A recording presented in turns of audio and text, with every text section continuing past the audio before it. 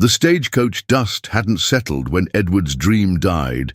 He'd waited 3 months for a mail-order bride, clutching her gentle letters like prayer books, imagining soft hands and softer words.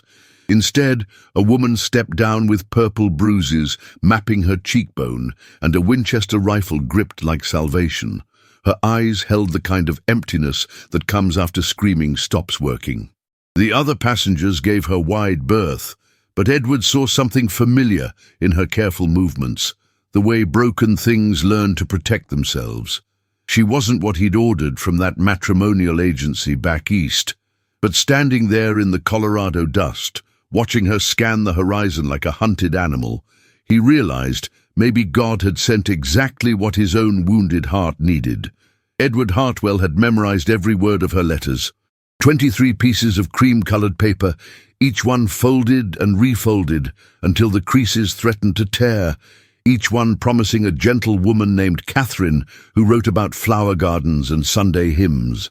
He'd built an entire future around those careful penmanship loops, imagining her small hands kneading bread in his kitchen, her voice humming while she mended his shirts. The ranch had felt less lonely with her phantom presence filling the empty rooms, and he'd even started talking to her photograph, a demure woman with downcast eyes and a hesitant smile. But now, standing beside the weathered stagecoach station, with his best hat in his hands and his heart hammering against his ribs, Edward watched the wrong woman step down from the dusty coach. She moved like someone expecting a blow, her shoulders hunched forward, one hand gripping a rifle that had seen hard use. The purple bruise spreading across her left cheek caught the afternoon light like spilled wine, and when she turned to scan the small crowd of waiting people, Edward saw something in her green eyes that made his chest tighten, a wariness so deep it seemed carved into her bones. The stagecoach driver, a grizzled man named Pete, who'd been running this route for 15 years, handled her single carpet bag like it contained explosives. "Ma'am," he said, tipping his hat with exaggerated politeness, "you sure this is where you wanted to stop?" His question hung in the air like smoke, and Edward noticed how the other passengers, a traveling salesman and an elderly couple, kept their distance, as if whatever had marked her face might be contagious. She didn't answer Pete directly, just nodded once and stepped away from the coach, her boots raising small clouds of dust with each careful step. The rifle never left her grip, and Edward found himself studying the way she held it, not like a woman playing at being dangerous, but like someone who'd learned that survival sometimes required steel and powder. Her dress was simple brown wool, travel-stained and practical, but it couldn't hide the way she held herself apart from the world, as if she'd learned that closeness meant pain. When the stagecoach pulled away in a cloud of dust and jangling harness, she stood alone in the middle of the station platform, looking like a woman who'd run out of places to run. Edward approached slowly, the way he might approach a wounded horse. Hands visible, movements deliberate, voice soft. "Excuse me, ma'am," he said, stopping a respectful distance away. "I'm Edward Hartwell. I was expecting someone on today's coach." She turned to face him fully then, and he saw that the bruise on her cheek was just the visible damage. There were older marks, faded yellow-green shadows around her wrist, a careful way she held her left arm that suggested ribs that hadn't quite healed. Her eyes studied his face with the intensity of someone who'd learned to read danger in the smallest details, cataloguing his height, the breadth of his shoulders, the way his hands hung loose at his sides. "You the rancher?" she asked, and her voice carried the hoarse quality of someone who'd done too much screaming or not enough talking. Edward nodded, suddenly aware of how his own hopes must look written across his face, the disappointment, the confusion, the growing concern for this stranger who looked like she'd been through a war. "I'm Martha," she said simply, as if that explained everything, as if her name alone could bridge the gap between what he'd expected and what stood before him.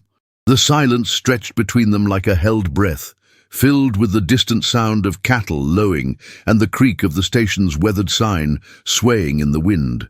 Edward found himself studying her face, trying to reconcile this hard-edged woman with the gentle Catherine of the letters, wondering if there'd been some terrible mistake or if this was exactly what it appeared to be.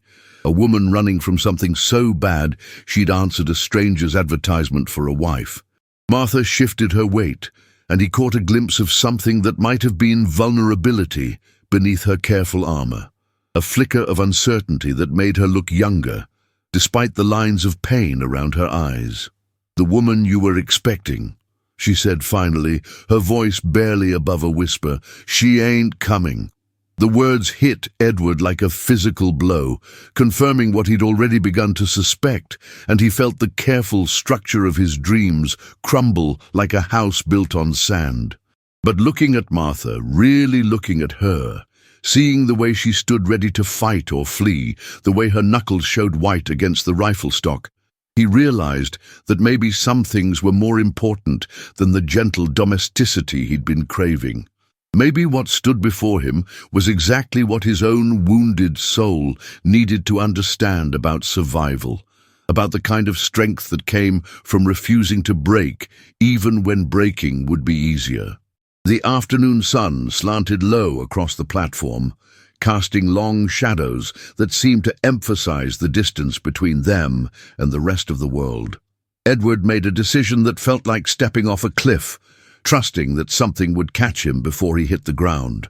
"Martha," he said, testing her name on his tongue, finding it fit better than he'd expected. "I've got a ranch about 5 miles north of here. It's not much, but it's got good water and a house that keeps the wind out." He paused, watching her face for any sign of what she might be thinking, seeing only that careful wariness that seemed to be her default expression. "If you need a place to stay, to rest up some, you're welcome to it." The offer hung between them like a bridge. Neither of them was sure they wanted to cross, but Edward found himself hoping she'd take it, hoping that whatever had driven her to this dusty station platform might find some kind of peace in the wide spaces of his land. Martha's grip on the rifle shifted slightly, and for a moment Edward thought she might refuse, might walk away into the gathering dusk and disappear like smoke. Instead, she nodded once, a sharp movement that seemed to cost her something, and said, "I'd be obliged for the shelter, Mr. Hartwell."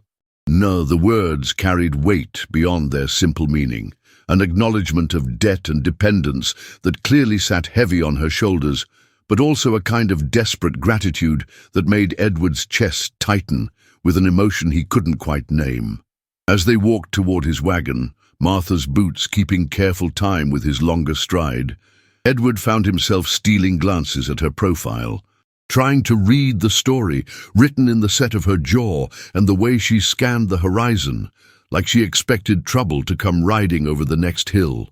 The rifle remained constant in her grip, and he wondered what she'd had to do with it. What kind of man had put those marks on her face and driven her to seek refuge with a stranger? The wagon creaked under their combined weight as they settled onto the bench seat, Martha positioning herself so she could watch the road behind them. And Edward realized that whatever had brought her here, whatever had happened to the gentle Catherine of the letters, he was now responsible for this wounded woman who looked like she'd forgotten how to trust anything softer than steel. The horses started forward at his gentle command, their hooves raising dust that caught the last light of day. And as they rolled away from the station toward his ranch, Edward felt the weight of an unspoken promise settling on his shoulders, to provide not just shelter but sanctuary, to prove that not all men were the kind who left bruises on a woman's face. The Hartwell ranch spread across the valley like a promise half kept, its boundaries marked by split-rail fences that had weathered too many seasons without a woman's touch to soften their stark functionality. Edward's house sat squat and practical against the backdrop of purple mountains, its windows dark and unwelcoming in the gathering dusk. And as they approached, Martha could see the careful way he'd maintained everything, the barn doors that hung straight, the corral posts that stood plumb, The vegetable garden that showed recent attention despite its obvious bachelor neglect, but there was something hollow about the place, a sense of space waiting to be filled, of rooms that echoed with the absence of laughter and conversation. The wagon wheels crunched over gravel as they pulled up to the front porch, and Martha noticed how Edward's hands tightened on the reins, as if bringing her here made something real that he wasn't sure he was ready for. She kept the rifle across her knees, its weight a comfort against the uncertainty of this new place, this man who'd offered shelter to a stranger without asking the questions most men would have demanded answers to. When he helped her down from the wagon, his touch was careful and brief, and she found herself studying his face in the lamplight spilling from the house, looking for signs of the violence she'd learned to recognize, finding instead only a kind of patient sadness that seemed to match the emptiness of his home. Inside, the house revealed itself as a monument to solitary living, furniture arranged for one person's comfort, a kitchen that showed the efficient habits of a man who cooked only to survive, a parlor where dust motes danced in the lamplight because no one ever sat long enough to disturb them. Martha stood in the doorway, taking inventory with the practiced eye of someone who'd learned to assess escape routes and potential weapons, noting the back door that led to the kitchen garden, the windows that opened onto the porch, the way the floorboards creaked under her boots. Edward moved through the space with the unconscious familiarity of years, lighting lamps and stirring the fire in the stone hearth, but she could see him watching her from the corner of his eye, trying to gauge her reaction to his bachelor domain. "It's not much," he said, echoing his earlier words, and Martha heard the apology in his voice, the way he seemed to be asking forgiveness for the house's masculine simplicity. But to her, after months of sleeping in barns and abandoned cabins, after the cramped horror of the place she'd fled, the clean lines and honest functionality felt like luxury. "It's fine," she said, and meant it, though she kept the rifle close as she moved deeper into the room, her boots echoing in the silence that seemed to be the house's natural state. Edward busied himself with domestic preparations, filling a kettle for coffee and pulling down plates from a cupboard that clearly hadn't seen much use, and Martha found herself watching the careful way he moved, the deliberate gentleness of his gestures that spoke of a man who'd learned to be alone without becoming bitter about it. The kitchen table bore the scars of years of solitary meals, knife marks, and water rings that told the story of a man who ate to live rather than lived to eat. And when he set a place for her across from his usual spot, the simple courtesy felt like a gift she wasn't sure she deserved. "You must be hungry," he said, not quite meeting her eyes, and Martha realized that her presence had disrupted something fundamental about his routine, forced him to remember what it meant to consider another person's needs. She nodded, though hunger felt like a luxury she'd forgotten how to acknowledge, her body still running on the adrenaline of escape and the constant vigilance that had kept her alive through the long journey west. The coffee, when it came, was strong and bitter, exactly what she needed, and she wrapped her hands around the tin cup like it could anchor her to this moment, this kitchen, this unexpected sanctuary that felt too good to trust. They ate in a silence that felt different from the hostile quiet she'd grown accustomed to. This was the comfortable quiet of two people who didn't need words to fill every space, who could exist in the same room without the constant tension of waiting for violence to erupt. Edward had prepared a simple meal of beans and cornbread, bachelor fare that he served without apology, and Martha found herself eating with an appetite she hadn't felt in months, her body finally beginning to believe that this food wouldn't be snatched away, that this table wouldn't become a battlefield. She caught him watching her eat, not with the predatory attention she'd learned to fear, but with something that might have been relief, as if her appetite proved something important about her capacity to heal. "The woman you were expecting," she said finally, breaking the silence with words that felt like stones dropped into still water. "Catherine. She's dead." The statement hung between them, stark and final, And Martha saw Edward's face go still, his coffee cup frozen halfway to his lips. She owed him that much truth, at least. The knowledge that his gentle correspondent would never write another letter, would never tend his garden or hum while mending his shirts. The man she was going to leave, Martha continued, her voice steady despite the way the words scraped her throat. He didn't take kindly to the idea. The silence that followed felt heavy with unspoken questions, with the weight of violence acknowledged but not detailed. And Martha saw Edward processing the implications of her words, understanding without needing the brutal specifics what had happened to the woman whose letters he'd treasured. His hands, she noticed, had gone very still on the table, and when he finally spoke, his voice carried a quality she hadn't expected. Not anger, though she could see that burning beneath the surface, but a kind of profound sadness that seemed to encompass more than just his own disappointed hopes. "I'm sorry," he said, and the words carried weight beyond simple condolence, an acknowledgement of loss that included both Catherine's death and Martha's obvious suffering. "She was a good woman," Martha said, though the words felt inadequate to capture Catherine's gentle spirit, her dreams of a different life, the way she died trying to protect the letters that had become her lifeline to hope.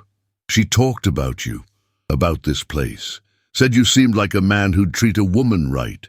The admission cost her something to make, revealing as it did her own desperate need to believe that such men existed, that somewhere in the world there were hands that touched without hurting, voices that spoke without threatening.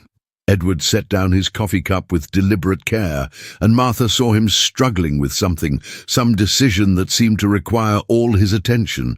When he looked at her again, his eyes held a directness that made her want to look away, but she forced herself to meet his gaze, to let him see whatever truth lived in her face. "Martha," he said, and her name in his voice sounded different than it had from other men's lips. Not a claim or a command, but simply an acknowledgement of who she was. "I don't know what brought you here, what you're running from, but this house has been empty too long. And if you need a place to heal, to figure out what comes next, you're welcome to stay as long as you need." The offer was made without conditions, without the expectation of payment in flesh or servitude that she'd learned to anticipate, and Martha felt something inside her chest crack open, some small space that had been sealed shut by violence and fear. She nodded, not trusting her voice to carry words, and saw something like relief cross Edward's weathered features. Outside, the wind picked up, rattling the windows and reminding them both of the vast emptiness that surrounded this small island of warmth and safety. But inside the kitchen, with the lamplight pushing back the darkness and the coffee growing cold between them, Martha allowed herself to imagine for the first time in months what it might feel like to stop running. The morning came with the kind of silence that settles over places where secrets live in the walls. Edward woke before dawn, as he had every day for the past 3 years, but this time the emptiness of his house felt different, not hollow, but expectant, like a held breath waiting to be released.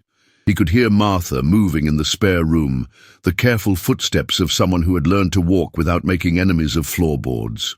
Through the thin wall, he caught the sound of water being poured from the pitcher into the basin, and he found himself wondering about the hands that held that pitcher, about the face that would meet its reflection in that water. The rifle still leaned against the kitchen wall, where she had left it, a reminder that trust in this house would be earned one careful gesture at a time. He dressed in the pre-dawn darkness, pulling on the same worn shirt he had worn yesterday, the same boots that carried him through the same routines that had kept him sane since Sarah died. But today, the routines felt like costumes for a play he was no longer sure he wanted to perform. In the kitchen, he built the fire with the methodical precision of a man who had done this 1,000 times alone. But his ears were tuned to the sounds from the other room. The soft rustle of fabric, the quiet intake of breath that might have been pain or might have been the simple act of a woman preparing to face another day in a world that had already shown her its teeth. When he heard her door open, he kept his back turned, giving her the gift of a moment to compose herself, to decide how much of her truth she was willing to share with the morning light. Martha appeared in the doorway like a question mark made flesh. Her hair pulled back severely, her dress the same faded blue that had carried her through yesterday's revelations. The bruises on her face had deepened overnight, painting her cheek in shades of purple and yellow that spoke of violence recent enough to still be tender. She moved to the table with the careful grace of someone who had learned to navigate spaces where sudden movements could mean the difference between safety and suffering. Edward poured coffee into 2 cups, the steam rising between them like incense in a church where neither of them was sure they belonged. "Sleep?" he asked, and the single word carried the weight of all the questions he wasn't ready to ask. "Some," she replied, and in that simple exchange they established the careful choreography that would govern their morning. Truth offered in small portions, trust measured in coffee spoons and shared silences. The breakfast passed in a symphony of small sounds, the scrape of fork against plate, the soft thud of cup meeting table, the whisper of fabric as Martha shifted in her chair. Edward found himself studying her hands as she ate, noting the calluses that spoke of hard work, the way her fingers curved protectively around her coffee cup as if someone might try to take it away. These were not the soft hands of the mail-order bride he had imagined, the woman who would have arrived with pressed dresses and expectations of comfort. These were the hands of a survivor, marked by labor and loss, beautiful in their honesty. When she caught him looking, she didn't flinch away, but met his gaze with eyes that held depths he was only beginning to understand. "The work," she said quietly. "I can do the work." And in those words, Edward heard not just an offer of labor, but a plea for purpose, for a place where her strength might be valued instead of feared. After breakfast, Edward led her outside to show her the ranch, walking slowly through the morning light that painted everything in shades of gold and possibility. The land stretched before them like an unwritten story, rolling hills dotted with cattle, fences that needed mending, a barn that had seen better decades but still stood strong against the Colorado wind. Martha walked beside him, her rifle cradled in her arms, with the easy familiarity of someone who had learned that protection was something you carried, not something you waited for others to provide. She asked practical questions about the cattle, about the water sources, about the winter preparations that would need to be made before the snow came. Her questions revealed a mind that understood the rhythms of ranch life, that could see beyond the surface beauty to the hard work that kept a place like this alive. Edward found himself answering with more detail than he had shared with anyone in years, his voice growing stronger as he talked about the land that had been his salvation and his prison. They stopped at the edge of the property, where the fence line met the horizon and the world seemed to stretch on forever. Martha stood with her face turned toward the wind, her eyes closed, breathing in the scent of sage and possibility. "It's beautiful," she said, and Edward heard in her voice the same wonder he had felt when he first saw this place, before grief had taught him to see only the work that needed doing, the emptiness that needed filling. "It could be," he replied, and in those 2 words he offered her something he hadn't offered anyone since Sarah died, the chance to help him remember what hope looked like. The wind picked up, carrying with it the promise of weather to come, and Martha opened her eyes to find Edward watching her with an expression she couldn't quite read. "The woman you were expecting," she said quietly. "Tell me about her." And Edward realized that the hardest conversation of all was about to begin. Edward's hands found his pockets, a gesture Martha was beginning to recognize as his way of buying time when words felt too heavy for his tongue. The wind moved through the grass around them, creating waves in the prairie that reminded her of the ocean she had never seen but had dreamed about in the dark hours when sleep wouldn't come. "Her name was supposed to be Catherine," he said finally. his voice carrying the weight of a man confessing to crimes he wasn't sure he had committed. Catherine Morrison from St. Louis, 23 years old, good with children, looking for a fresh start in the West. The words came out like items from a grocery list, practical and bloodless, but Martha could hear the longing underneath them, the desperate hope of a man who had tried to order happiness from a catalogue like he might order seed corn or fence wire. He told her about the letters, about the careful courtship conducted through ink and paper, about the woman who had written of her love for cooking and her dreams of a garden where she could grow roses like her grandmother had grown back in Missouri. Catherine Morrison had painted herself in words as soft and yielding as fresh bread, a woman who would bring laughter back to a house that had forgotten the sound of joy.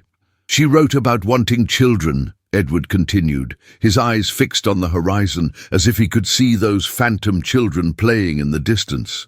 Said she'd always dreamed of a big family, of filling a house with the sound of little feet and bedtime stories. Martha felt something twist in her chest, a pain that had nothing to do with her physical bruises and everything to do with the recognition that she was not, could never be, the woman this man had been dreaming of. The silence stretched between them like a bridge. Neither was sure they should cross. Martha shifted the rifle in her arms, feeling its familiar weight as an anchor in a conversation that threatened to sweep her away. "But what happened to her?" she asked, though part of her already knew the answer would be another story of disappointment, another tale of promises broken by the harsh realities of a world that cared nothing for carefully laid plans. Edward's laugh was bitter as winter wind. "Got a telegram 3 days ago. Seems Miss Catherine Morrison found herself a banker in Kansas City, decided she preferred the comforts of civilization to the uncertainties of ranch life." He pulled a crumpled piece of paper from his pocket, the telegram that had arrived like a death notice for dreams he hadn't even realized he'd been nurturing. "Regret to inform you that circumstances have changed. Will not be continuing west. Wish you well in your endeavors." Martha read the telegram twice, noting the cold formality of language that reduced a man's hopes to a business transaction gone wrong.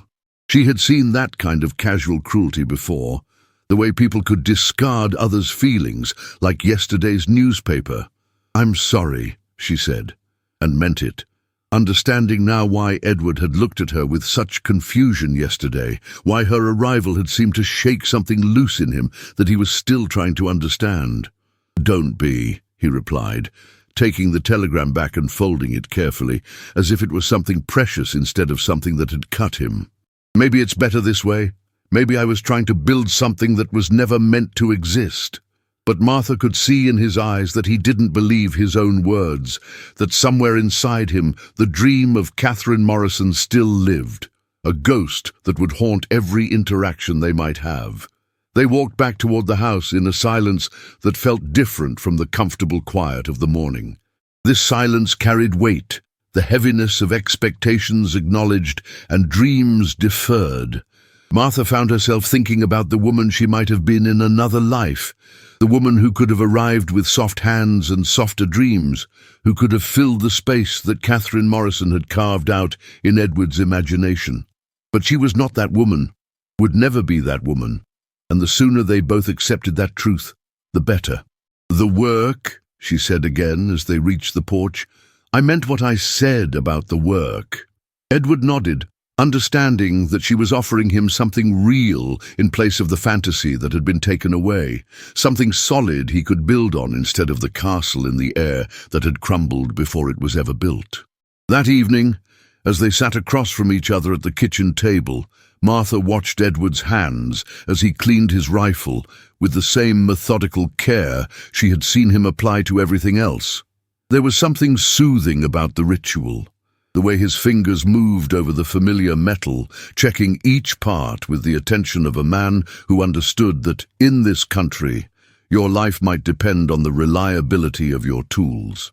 "You know guns," he observed, nodding toward her rifle where it leaned against the wall. "My father taught me," she replied, the first personal detail she had offered without being asked. said a woman who couldn't protect herself was a woman who'd spend her life at the mercy of others. Edward looked up from his cleaning, meeting her eyes across the table, and in that moment, Martha saw something shift in his expression. Not the disappointment of a man comparing her to his lost dream, but the recognition of a man beginning to see her for who she actually was.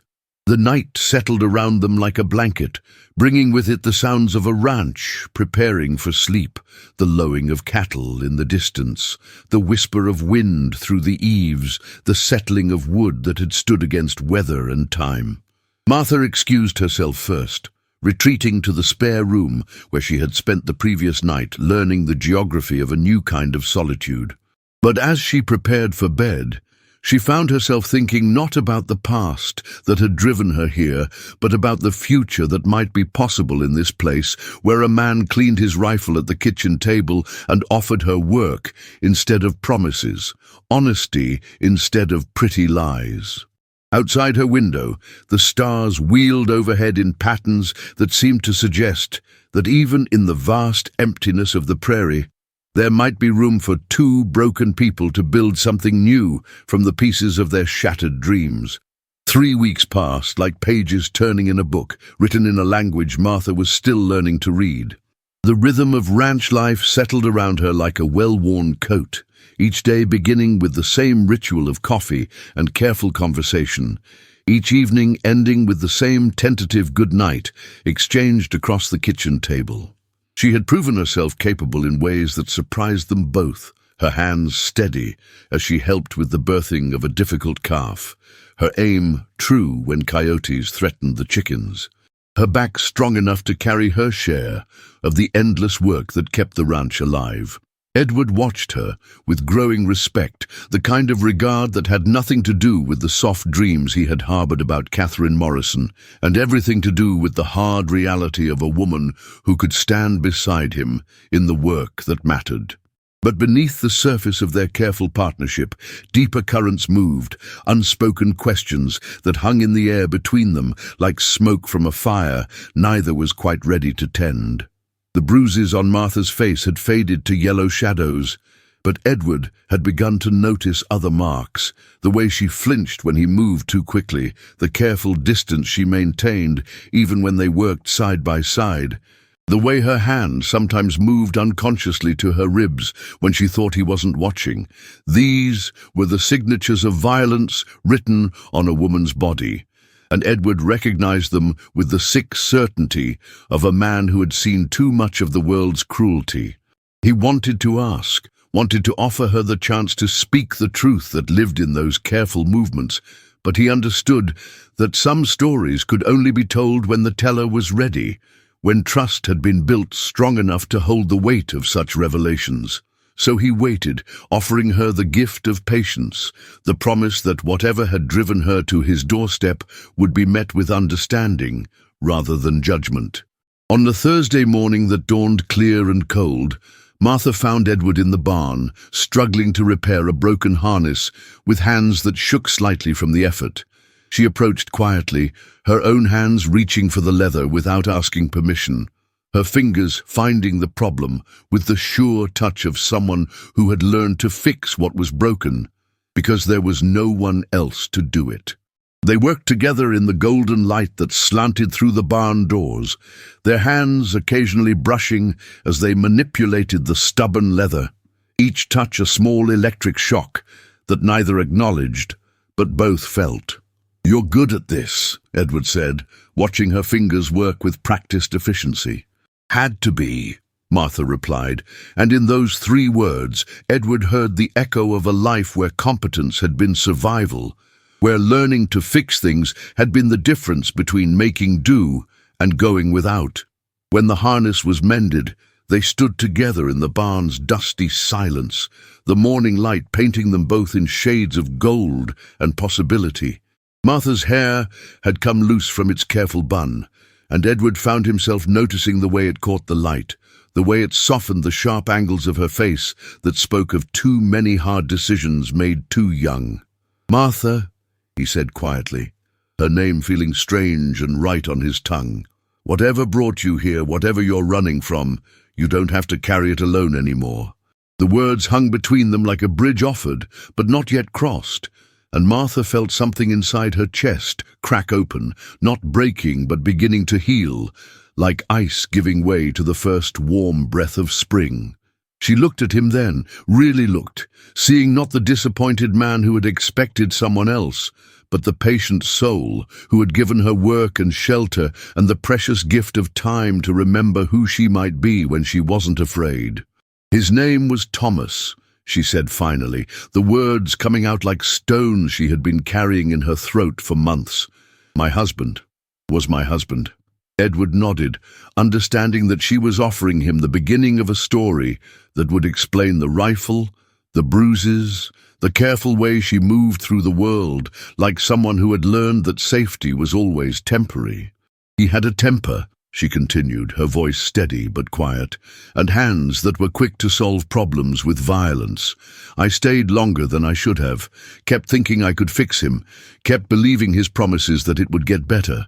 The barn seemed to hold its breath around them, the dust motes dancing in the light like tiny witnesses to a confession that had been too long in coming. "The night I left, he came home drunk and angry about something that wasn't my fault, but became my fault because I was there. I had the rifle loaded and ready, had been sleeping with it for weeks, waiting for the courage to use it." Edward felt something cold settle in his stomach, understanding now the weight she carried, the reason she moved like someone who expected violence to find her even here, in this place, where the only sounds were wind and cattle and the honest work of people trying to build something good. "Did you?" he began, but Martha shook her head. "Didn't have to. He saw the rifle, saw something in my eyes that finally convinced him I meant it. I left that night, took what I could carry and started walking west." She looked at him then, her eyes clear and direct, offering him the truth without apology or explanation. "I'm not the woman you ordered, Edward. I'm not soft or gentle or any of the things you probably wanted in a wife. I'm hard and careful, and I carry a rifle because I've learned that the world doesn't always offer protection to those who need it most." The silence that followed was not empty, but full, pregnant with the weight of truth finally spoken, of secrets shared and burdens acknowledged. Edward reached out slowly, telegraphing his movement so she could see it coming, and touched her hand where it rested on the barn rail. His fingers were rough from work, warm from the morning sun, and Martha felt herself lean into that touch, like a plant turning toward light. "I'm not the man who ordered a wife either," he said quietly. "I'm a widower who thought he could fill the empty spaces in his life with someone else's dreams, someone else's softness, but maybe what we both need isn't what we thought we wanted. Maybe what we need is someone who understands that love isn't always gentle, that sometimes it's just two people choosing to stand together against whatever the world throws at them." The words settled between them like a promise, not of easy happiness, but of something harder and more valuable, the possibility of partnership built on truth instead of fantasy, on respect instead of need. As they walked back to the house together, Martha felt the weight of her rifle differently, not as a burden she carried alone, but as a tool she might share with someone who understood that protection was something you built together, one careful day at a time.